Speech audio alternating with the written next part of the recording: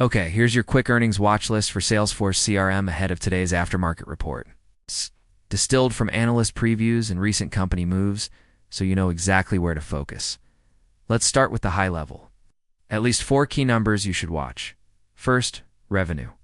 The street expects $10.13 billion, which represents a nice acceleration versus last year when sales were $9.32 billion. So, not only is the top line expected to cross the $10 billion threshold for the first time, but the rate of growth itself is picking up. In other words, if Salesforce hits these numbers, it'll be a reassuring sign that their various turnaround efforts are working and demand is indeed stabilizing. Second, EPS. The consensus is $2.78 compared to $2.56 a year ago. Of course, earnings per share are also being helped along by buybacks. You can see here that the share count has been steadily declining over time, but that's a good thing as it boosts earnings per share. And notably, this trend predates the current buyback program announced last year. Third, guidance. Remember that management set current Q2 guidance at the Investor Day back in February? They said they expect $10.11 to $10.16 billion in revenue and $1.802, $1.82 in EPS, GAAP. So any raise to full-year guidance here, even if just on the midpoint, would be a bullish catalyst as the market is clearly looking for signs of demand stabilization. Of course, keep in mind that Q2 is seasonally the weakest quarter for the company. So while this will be a tough compare given they had a big beat last quarter, the market is more focused on the back half. So commentary around deal flow and deal size, especially in the context of a recovering macro, will be important. And fourth, watch for signs of demand stabilization. This goes without saying, but investors want to see evidence that the worst is behind them. If not, what's causing the delays? And when do they expect it to normalize? We've seen similar questions around tech peers like Cisco and IBM in their most recent reports.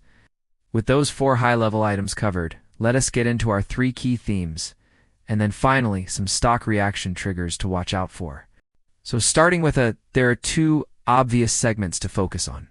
First, core cloud products. These are the legacy bread and butter offerings for Salesforce, including Sales Cloud, Service Cloud, Marketing Cloud, etc. Are these still growing nicely? Especially considering that now you have Slack and other third-party apps that might be eating into the wallet? Or is AI cannibalizing spend as customers move from on-premise to subscription? Anecdotally, Salesforce has highlighted that large deals, in particular for things like marketing automation, are taking longer to close. So keep an eye out for commentary around that. And second, Data Cloud, which is actually becoming more important as a differentiator for Salesforce, especially as they move further into AI, according to an analyst preview. This segment saw strong momentum in the latest checks, and management is expected to highlight it as a key strength. Moving on to our second key theme, B, renewals. You may have heard that enterprise renewal softness was flagged by several analysts ahead of these results, which means that existing customers aren't upgrading as fast as they should. In fact, Goldman Sachs mentioned that Salesforce win rates are down. So what gives? Well, one explanation is that customers are holding back on discretionary spend until they have a better handle on their budgets. But another concern is that maybe Salesforce isn't as sticky as they claim, and customers are jumping ship to competitors. This seems unlikely given that churn is usually driven by price, and Salesforce has been raising prices pretty aggressively across the board. For instance, many customers on legacy plans are getting grandfathered in, so they don't see the price hikes, which would cause friction. Still, renewals are always something to check because every business is unique, and some contracts will inevitably expire and either go to a competitor or simply not renew. In this case, enterprise side is a bigger concern given that the average contract value is much larger. The good news is that according to Citigroup, Salesforce commercial segment checks were actually improving. So hopefully that's a sign that it's not just their biggest customers that are soft. Moving on to our third key theme, margins. You may have heard that Salesforce is investing heavily in generative AI right now. And while this is clearly the right long-term move, it will likely weigh on margins in the near term as they have to hire more engineers and train models, etc. So investors will be watching operating margin trends very closely. The hope is that if revenue accelerates, then they'll see margin expansion, but that's not guaranteed. In fact, Morgan Stanley warned that margins could face pressure if sales don't pick up. The same goes for costs. Management has indicated that they're taking a very disciplined approach. But can they stick to that? Or will they get pulled into spending more on things like marketing and R&D to keep up with the competition? Either way, any commentary on the topic will be worth listening to, since valuation still remains elevated relative to peers. And that leads us to our final key theme, macro and demand signals. You may have heard that Salesforce is often seen as a bellwether for enterprise IT spending more broadly, as well as AI spending specifically, given that they're exposed to both. And as a result, the question on everyone's minds is, what's management's read on the ground? Are customers tightening budgets, or have they reached a point of stability? And are there early signs of green shoots? What about AI specifically? Is demand stabilizing there too? As far as we know, Salesforce has yet to make AI available for free, like what Microsoft did with Copilot. So the onus is on them to show concrete evidence that their investments are paying off. And finally, before we wrap up, let's talk about stock reaction triggers.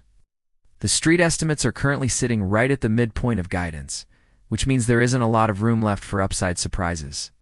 So assuming no major changes to outlook, here's what could drive the stock. First, a beat plus raised guidance could spark upside, especially given CRM is down about 24% year to date, so any positive news is welcome. Second, a meet, which implies flattish guidance, could lead to a sell-off. Historically, CRM has had a slightly higher probability of negative one-day moves following an earnings beat. Third, the AI narrative. If management signals slower AI monetization than expected or a rising competitive pressure, then sentiment could turn quickly. Notably, this has already happened once before in mid-February, when shares collapsed after Q4 earnings due to concerns that Salesforce wasn't making enough progress on AI that sent CEO Mark Benioff on a multi-week roadshow to reassure clients and employees alike. So I think that shows you how fragile investor sentiment can be right now. So all in all, Salesforce is poised for a relatively uneventful earnings report this afternoon. Yes, shares are down significantly year to date, and yes, the market is hungry for any positive news. But keep in mind that expectations are already quite elevated. So anything that falls short of those lofty heights could disappoint. Before you go, remember to subscribe. I would really appreciate it. And check out my earnings reports for AMD, Applied Materials, and Salesforce. Thanks for watching, and stay tuned for more. See you next time.